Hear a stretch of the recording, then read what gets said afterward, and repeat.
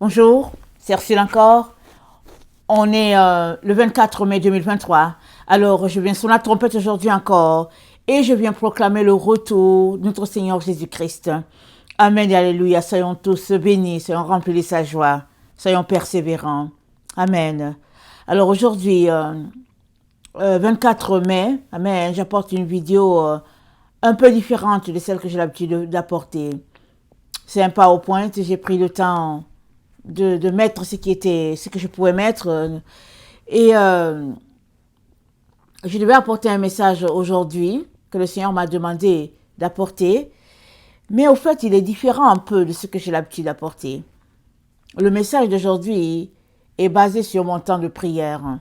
Donc, il y a une partie des paroles que j'ai reçues hier et une autre partie que j'ai reçue aujourd'hui. C'est ça que j'apporte afin que vous puissiez voir le temps dans lequel nous sommes et qu'est-ce que Dieu est en train de dire. Alors, ce matin, j'ai reçu le 48-58. Vous allez prendre le temps de regarder cela. Mais je viens parler de un doigt, une parfaite symphonie, le retour de notre Seigneur Jésus-Christ. Amen. Alors, donc, le 23 mai, c'est-à-dire hier, dans la nuit de lundi à mardi, à 2 heures du matin, j'ai reçu le 1660 dans la concordance grecque.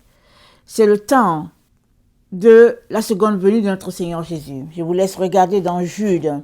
Amen. Dans Jude, nous sommes informés que le Seigneur est revenu avec une myriade d'anges. Alors c'est le temps où notre Seigneur revient. Amen.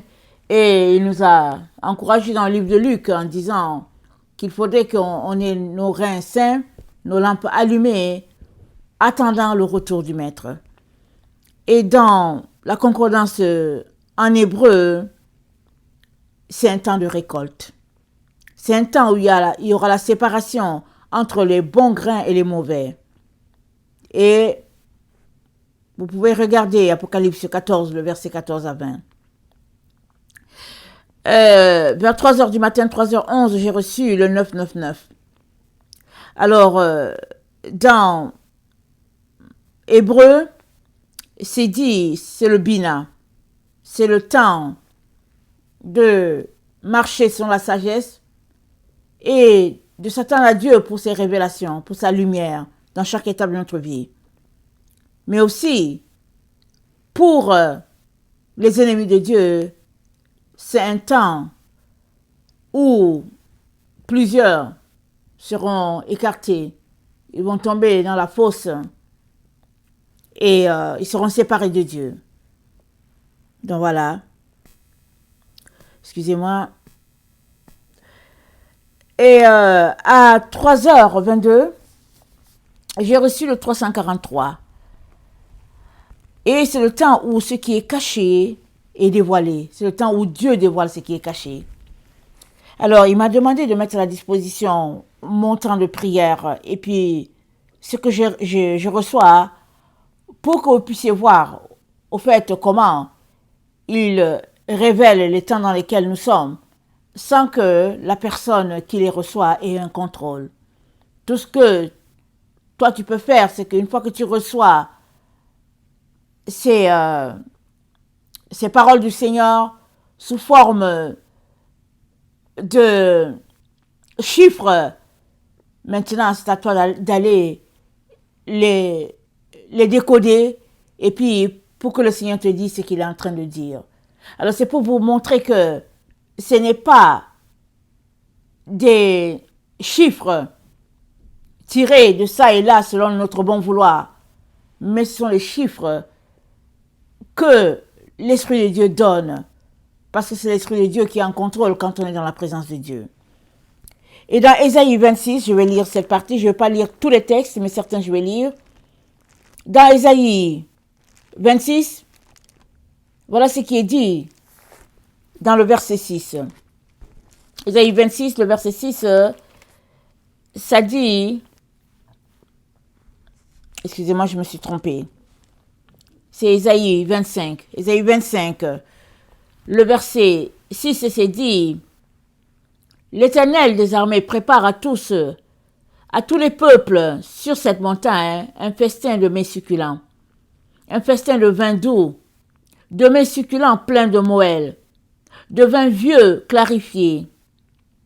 Et sur cette montagne, il anéantit le voile qui voile tous les peuples, la couverture qui couvre toutes les nations. Il anéantit la mort pour toujours. Le Seigneur l'Éternel essuie les larmes de tous les visages. Il fait disparaître de toute la terre l'opprobre de son peuple, car l'Éternel a parlé. En ce jour, l'on dira, voici, c'est notre Dieu, en qui nous avons confiance, et c'est lui qui nous sauve. C'est l'Éternel en qui nous avons confiance. Soyons dans l'allégresse et réjouissons-nous de son salut. Donc, c'est ça.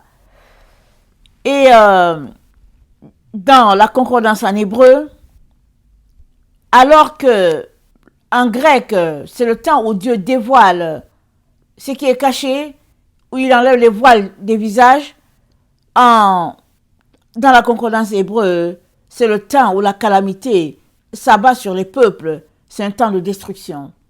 Alors que Dieu enlève le voile, se révèle aux gens, c'est aussi un temps où le jugement de Dieu s'exerce sur tout ça, sur tous ses ennemis.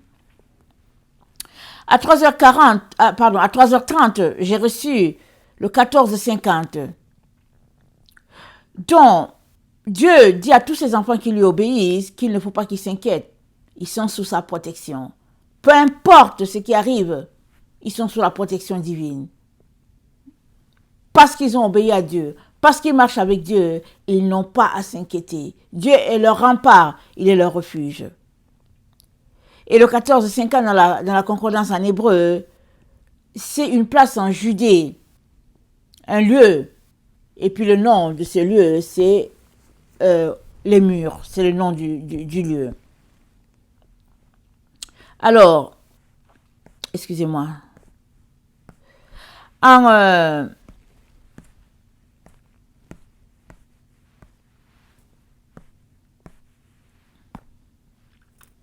3h35, j'ai reçu le 632.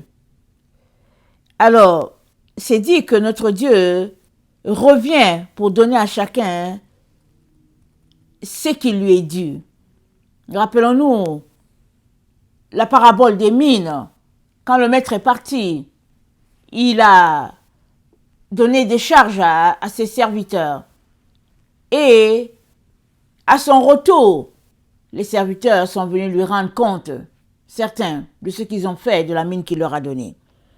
Donc, nous sommes dans le temps où le Seigneur revient et chacun va lui rendre compte de comment il a géré ce que Dieu lui a donné. Dans la concordance en hébreu, le 632, c'est un temps où les enfants de Dieu vont voir la promesse de Dieu s'accomplir. Parce que le Dieu que nous servons, c'est un Dieu fidèle. Parce que ses enfants sont en intimité avec lui, ils ont un lien solide avec lui, alors il va, au fait, les réjouir à cause de ce lien-là qui les lie. À 3h42, j'ai reçu le 541. C'est le temps où la lumière de Dieu brille pour tous ceux-là qui marchent selon Israël, selon l'Orient, l'Est, parce que la porte que Jésus-Christ nous pointe se trouve en Orient. Il dit, comme l'éclair part de l'Orient et s'achève en Occident, ainsi sera l'avènement du Fils de l'homme. Ça veut dire que dans le temps dans lequel nous sommes, si nous voulons la lumière, si nous voulons nous retrouver à être prêts, il est important qu'on se tourne vers ce que Dieu nous a donné, qu'il a laissé en Israël. C'est comme ça. Ce n'est pas en Occident, c'est pas dans l'église à la Laodicée que nous allons trouver ces choses-là, mais c'est selon ce que Dieu a établi à la base, à l'origine. Dans Apocalypse 13, le verset 8, ça nous dit que ceux dont le nom n'a pas été écrit dès la fondation du monde dans le livre de vie de l'agneau vont se retrouver à adorer la bête. Ça veut dire quoi?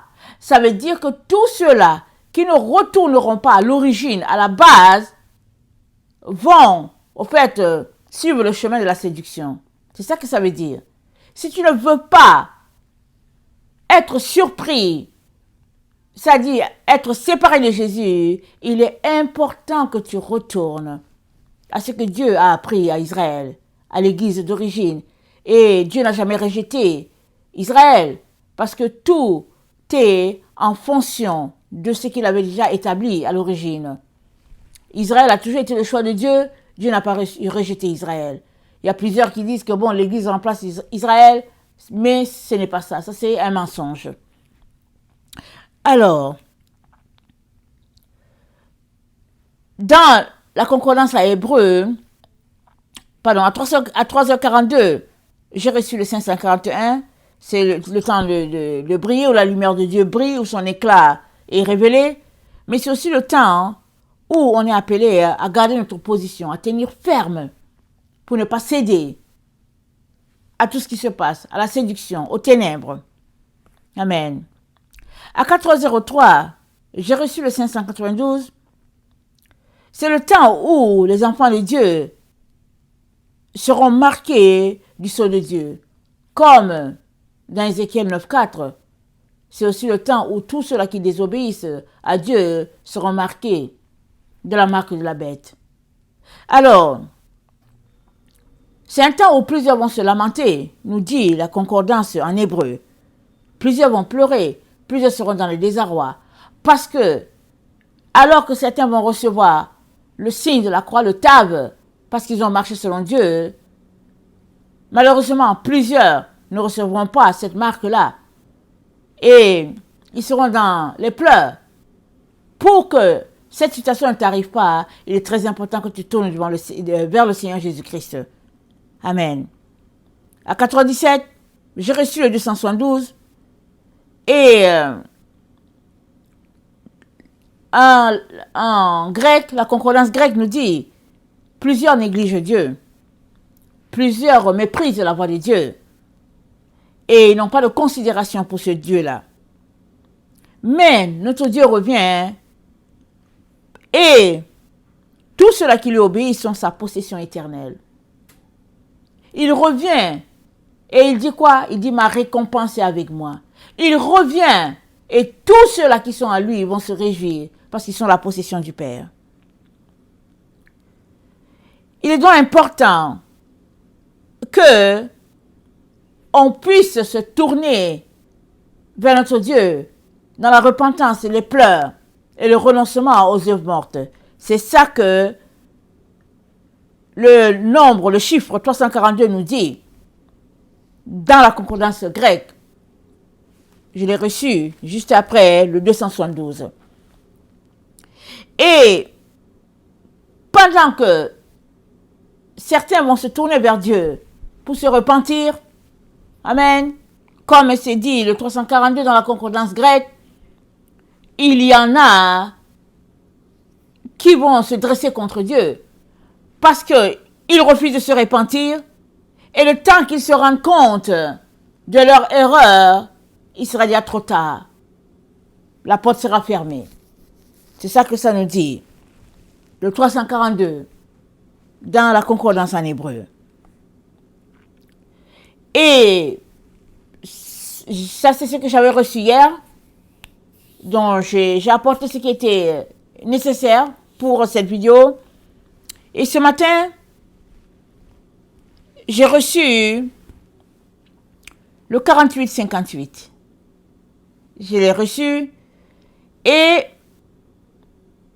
c'est dit, nous sommes dans un temps où il y a une symphonie parfaite entre le ciel et la terre. Vous savez que c'est dans la musique qu'on sait ces choses-là, quand ça s'accorde parfaitement, les différentes notes, et en tout cas les musiciens s'y connaissent, mais le 48-58, ça dit une symphonie parfaite, il n'y a pas un écart, tout est aligné comme Dieu le Père l'a prévu. Aujourd'hui, je l'ai reçu comme ça. Et nous allons lire dans Ésaïe 30, le verset 27. Ésaïe 30, le verset 27, ça dit ceci. Voici le nom de l'Éternel vient de loin. Sa colère est ardente. C'est un violent incendie. Ses lèvres sont pleines de fureur. Et sa langue est comme un feu dévorant. Son souffle est comme un torrent, débordé qui atteint jusqu'au cou, pour cribler les nations avec le crible de la destruction. Et comme un mort trompeur entre les mâchoires des peuples, vous chanterez comme la nuit où l'on célèbre la fête. Vous aurez le cœur joyeux comme celui qui marche au son de la flûte pour aller à la montagne de l'Éternel, vers le rocher d'Israël. Et l'Éternel fera retentir sa voix majestueuse. Il montrera son bras prêt à frapper dans l'ardeur de sa colère, au milieu de la flamme d'un feu dévorant, de l'inondation, de la tempête et des pierres de grêle. À la voix de l'Éternel, l'Assyrien tremblera. L'Éternel le frappera de sa verge, à chaque coup de la verge qui lui est destinée, et que l'Éternel fera tomber sur lui. On entendra les tambourins et les harpes. L'Éternel combattra contre lui à main levée. Depuis longtemps, un bûcher est préparé. Il est préparé pour le roi. Il est profond, il est vaste. Son bûcher, c'est du feu et du bois en abondance. Le souffle de l'Éternel en flamme, comme un torrent de soufre. Donc on est dans ce temps-là où la colère de Dieu va se manifester. Et c'est dit, le nom de l'Éternel vient de loin. Et sa colère est ardente, violente. Et Apocalypse 10 nous dit que, on va lire à partir de le verset 5, attendez, ok, au verset 1, c'est dit, je vis un autre ange puissant qui descendait du ciel, enveloppé d'une nuée. Au-dessus de sa tête était l'arc-en-ciel, et son visage était comme le soleil, et ses pieds comme des colonnes de feu. Il tenait dans sa main un petit livre ouvert. Il posa son pied droit sur la mer, son pied gauche sur la terre. Il cria d'une voix forte comme rugit un lion. Quand il cria, les 7 tonnerres firent entendre leur voix. Et quand les 7 tonnerres eurent fait entendre leur voix, j'allais écrire, et j'entendais du ciel une voix qui disait, celles ce qu'on dit les 7 tonnerres, ne les écris pas. Et l'ange que je voyais debout sur la mer, sur la terre, leva sa main droite vers le ciel, et jura par celui qui vit au siècle des siècles, qui a créé le ciel et les choses qui y sont, la terre et les choses qui y sont, la mer et les choses qui y sont, qu'il n'y aurait plus de temps, mais qu'au jour de la voix du 7e ange, quand il sonnerait de la trompette, le mystère de Dieu s'accomplirait comme il l'a annoncé à ses serviteurs les prophètes. Et la voix que j'avais entendue du ciel me parla de nouveau et me dit, va, prends le petit livre ouvert dans la main de l'ange qui se tient debout sur la mer et sur la terre. J'allais vers l'ange en lui disant de me donner le petit livre. Et il me dit, prends-le et avale-le. Il sera amer dans tes entrailles, mais dans ta bouche, il sera doux comme du miel. Je pris le petit livre de la main de l'ange et je l'avalai. Il fut dans ma bouche doux comme du miel, mais quand je lui avalai, mes entrailles furent remplies d'amertume. Puis, on me dit, il faut que tu prophétises de nouveau sur beaucoup de peuples, de nations, de langues et de rois. Amen. On est dans ce temps-là. C'est ça que Dieu veut que tu saches. On est dans ce temps. Et le texte nous dit, quand cet ange se met à parler, les temps sont épuisés. Les temps sont finis. Et Dieu veut que tu saches que les temps sont épuisés. Tu as juste le temps de courir te repentir.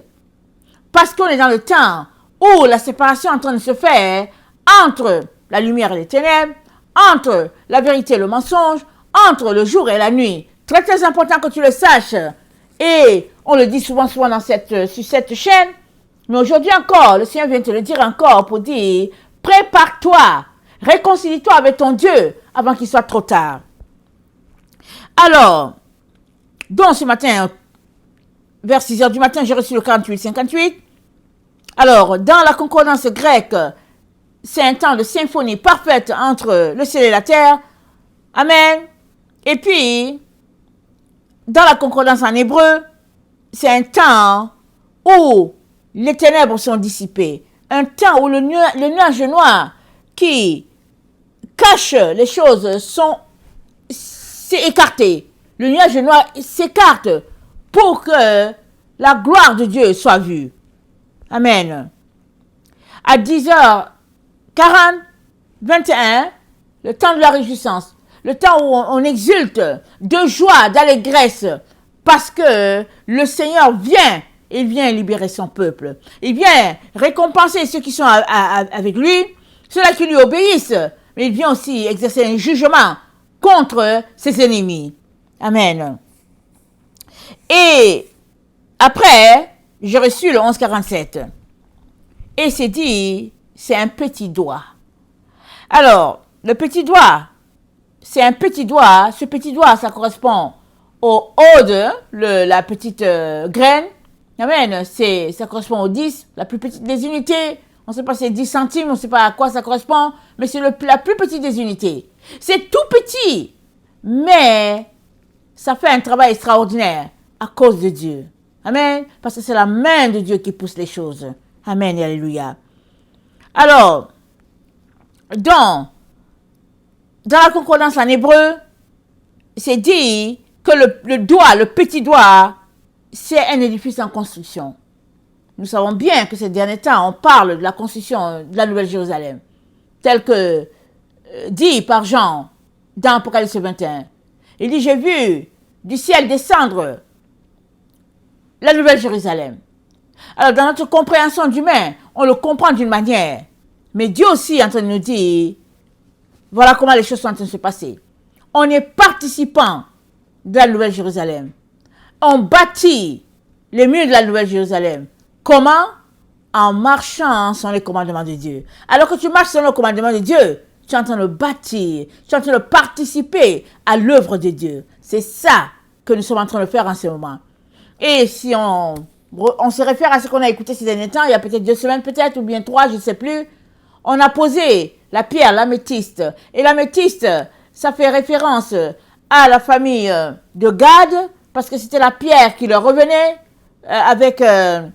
sur le pectoral de Aaron. Mais l'améthyste a été associé largement à Issachar, parce que la famille d'Issachar passait le temps à scruter les Écritures. Et puis l'améthyste, c'est la pierre qui renvoie à la sagesse et l'intelligence, c'est-à-dire le bina et le chokma. Et Dieu est en train de nous dire que dans le temps où nous sommes, nous avons besoin de l'onction de l'améthyste pour bâtir. Nous avons besoin de beaucoup de discernement. Nous avons besoin de beaucoup de sagesse. Nous avons besoin de beaucoup de crainte de Dieu pour pouvoir marcher de manière méticuleuse pour ne pas tomber et puis garder notre position et recevoir les révélations du Père pour pouvoir avancer. On est dans ce temps-là. Alors, dans la concordance hébreu nous dit le 1147, ça renvoie à la construction de l'édifice. C'est-à-dire, Dieu est en train de nous confirmer qu'on est dans le temps où la Nouvelle Jérusalem, où les murs de la Nouvelle Jérusalem sont en train d'être érigés. Amen.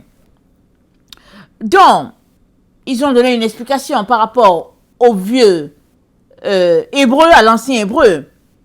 Ils disent que le 1147 renvoie à la main de Dieu qui crée, parce que c'est un petit doigt qui est là, mais le petit doigt représente la main de Dieu qui crée. Et parce que c'est lui qui crée, alors c'est lui qui choisit les doigts qui doivent bâtir. Comme il a choisi Esdras et Néhémie pour revenir du pays de Nebuchadnezzar, du Babylone, pour venir monter les murs de Jérusalem. Alors que sur le territoire, il y avait des gens qui étaient là. Mais Dieu a choisi Esdras, il a choisi Néhémie.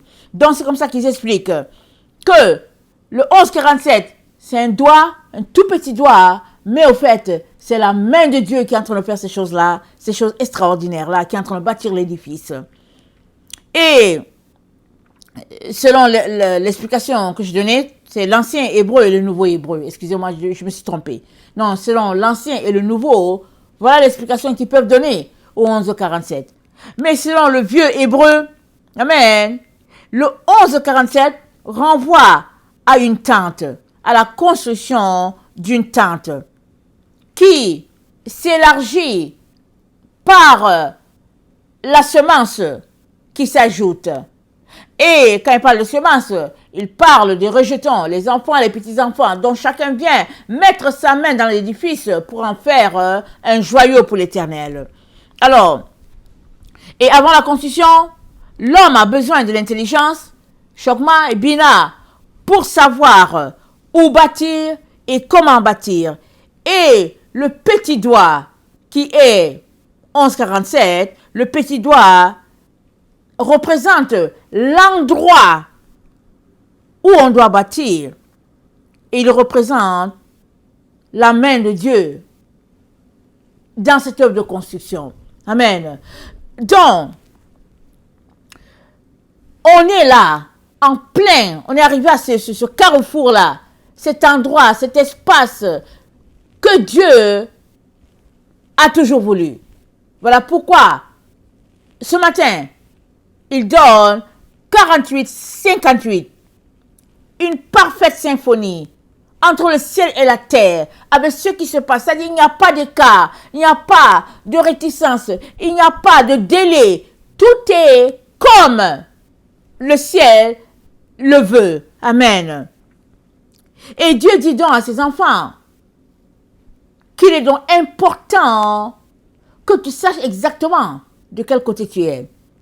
À l'heure où nous sommes, il y en a encore plusieurs qui continuent de marcher selon Babylone. Ils ne se sentent pas concernés par le message de mon type. Je ne suis pas la seule qui envoie ce type de message. Il y en a plusieurs qui appellent les enfants de Dieu à la repentance, à retourner à la vérité, à retourner vers la vraie doctrine.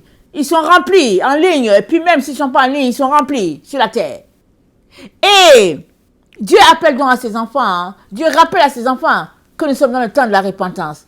Il est temps de changer de voie, de se détourner de ce qu'on est en train de faire, de ce qu'on faisait, pour embrasser la véritable doctrine de Christ, telle que dit par le frère Paul qui a dit, dans 1 Corinthiens 3, le verset 10 à 11, il a dit, personne ne peut poser un autre fondement, à savoir Jésus-Christ.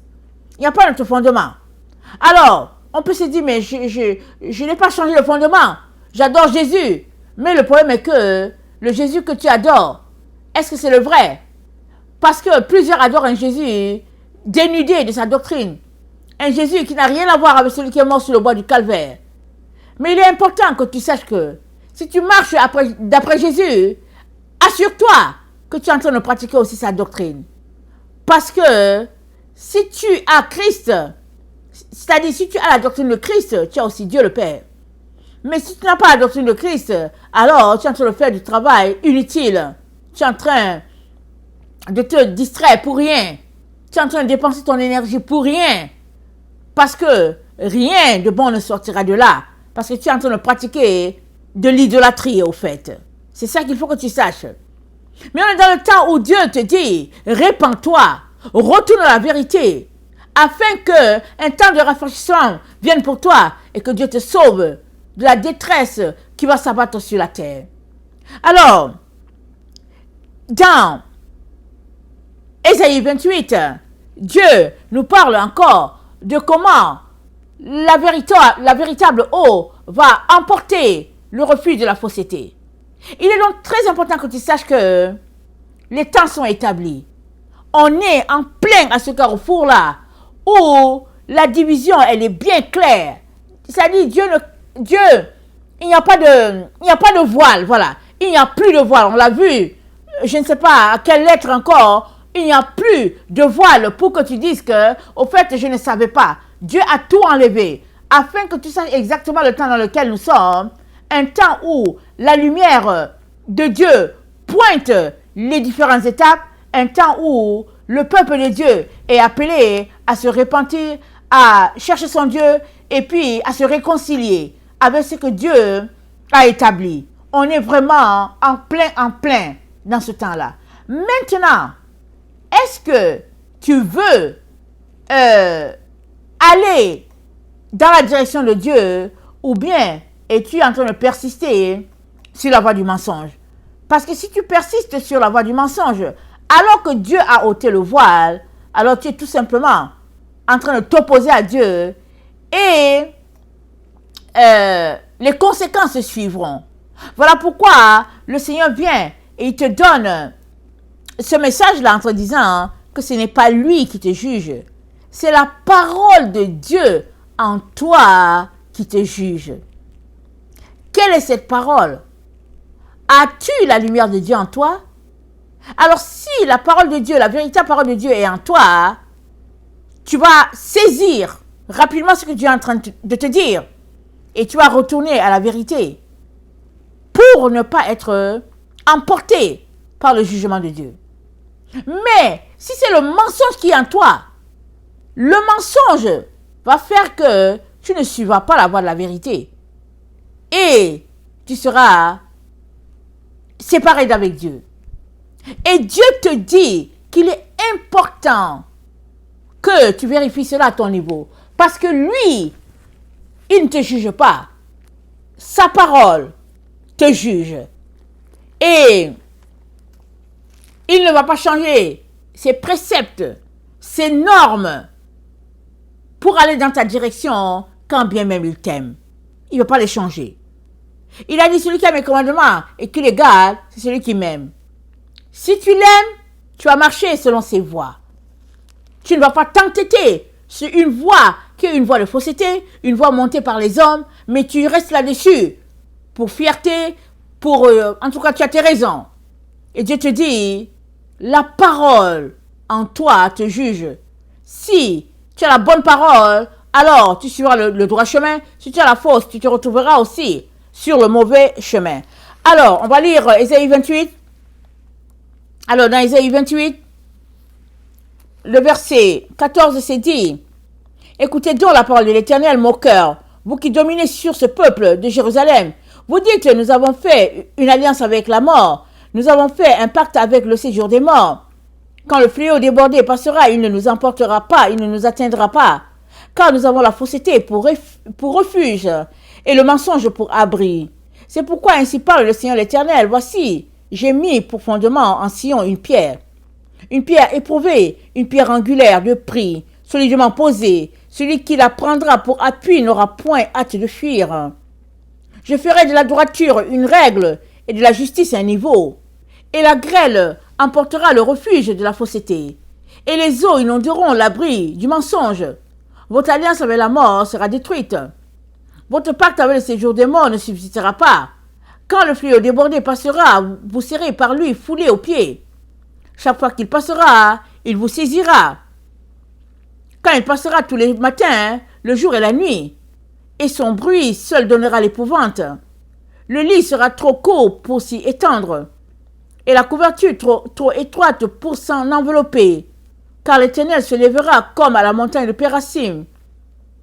Il s'irritera comme dans la vallée de Gabaon, pour faire son œuvre étrange, pour exécuter son travail inouï. Maintenant, ne vous livrez point à la moquerie, de peur que vos liens ne soient resserrés. Car la destruction de tout le pays est résolue. Je l'ai appris du Seigneur, de l'Éternel des armées. Prêtez l'oreille et écoutez ma voix. Soyez attentifs et écoutez ma parole. Amen. Donc, le refuge du mensonge sera emporté. Ce sera emporté. Avec certitude, ce sera emporté. Où te trouves-tu dans cela? Et aujourd'hui, le 24 mai, le 24/05, le Seigneur veut que tu saches que c'est le temps où les serviteurs de Dieu se comportent comme les sacrificateurs. Les sacrificateurs de l'ordre de Melchisédek, tel que dit dans Hébreux 7, Hébreux 8, Hébreux 9. Amen. Hébreux 9 qui nous rappelle le tabernacle. Les véritables enfants de Dieu vivent loin des valeurs du monde. Ils se sanctifient. Ils se sacrifient pour leur Dieu. Ils laissent aller tout ce que le monde chérit il tourne le dos à cela. C'est le temps où Dieu sépare ses enfants de la terre. C'est-à-dire, il les sépare des valeurs du monde. Ils sont là dans le monde, mais ils marchent loin des choses du monde comme s'ils n'étaient pas là. C'est le temps dans lequel nous sommes. Et nous sommes appelés donc à vivre comme vivaient les Lévites qui réjouissaient le cœur de notre Dieu. Alors, je vais lire juste une petite parcelle dans Malachie. Comment Dieu parle de ses enfants, les Lévites. Comment il se réjouit d'eux et leurs souvenirs. À leurs souvenirs, il est encore ému et il en parle. Pourquoi nous dit-il ça? Parce qu'il veut qu'on leur ressemble. Ils sont un bon témoignage. Alors, Dieu dit, Malachie 2, verset 3, voici, je détruirai vos semences et je vous jetterai les excréments au visage, les excréments des victimes que vous sacrifiez, et on vous emportera avec eux. Vous saurez alors que je vous ai adressé cet ordre, afin que mon alliance avec Lévi subsiste, dit l'Éternel des armées. Mon alliance avec lui était une alliance de vie et de paix, ce que je lui accordais pour qu'il me craignît. Il a eu pour moi de la crainte, il a tremblé devant mon nom. La loi de la vérité était dans sa bouche, et l'iniquité ne s'est point trouvée sur ses lèvres. Il a marché avec moi dans la paix et dans la droiture, et il a détourné du mal beaucoup d'hommes. Car les lèvres du sacrificateur doivent garder la science, et c'est à sa bouche qu'on demande la loi, parce qu'il est un envoyé de l'Éternel, des armées. Mais vous vous êtes écartés de la voie. Vous avez fait de la loi une occasion de chute pour plusieurs.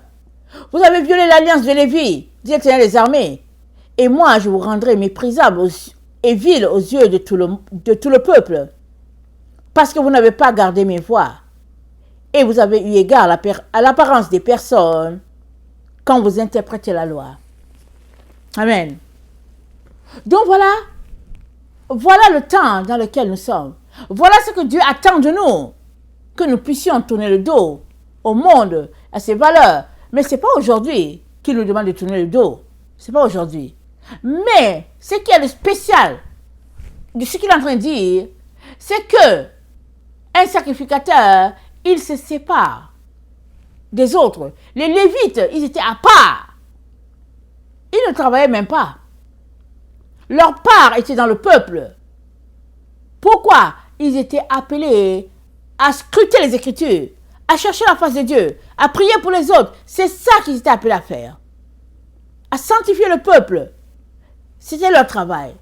Alors, si vous aimez le Seigneur et que vous dites que vous lui avez donné votre vie, il doit être important que vous décidez de quitter les valeurs du monde, le monde et ses valeurs, et de vous consacrer uniquement à votre Dieu. C'est ça qui fait sa joie. En agissant ainsi, vous ne serez pas surpris le jour qu'il viendra. Parce qu'il vient comme un voleur. Il ne vient pas où tous les phares, les lumières sont braquées sur lui. Non, il vient tout simplement comme un voleur. Simplement là. Il n'avertit pas et puis il sera là. Seuls ceux-là qui veillent, amen, le verront. Mais les autres qui sont à autre chose auront tout simplement la surprise d'apprendre qu'il est venu et puis il est parti. Parce qu'il vient pour établir son règne. Il vient pour établir son serviteur et puis distribuer les différents ministères à ses enfants pour leur dire, toi tu fais ceci, toi tu fais cela. Il vient pour régner, amen, tel que prophétisé depuis les prophètes, les apôtres. Il vient pour que cette parole puisse s'accomplir.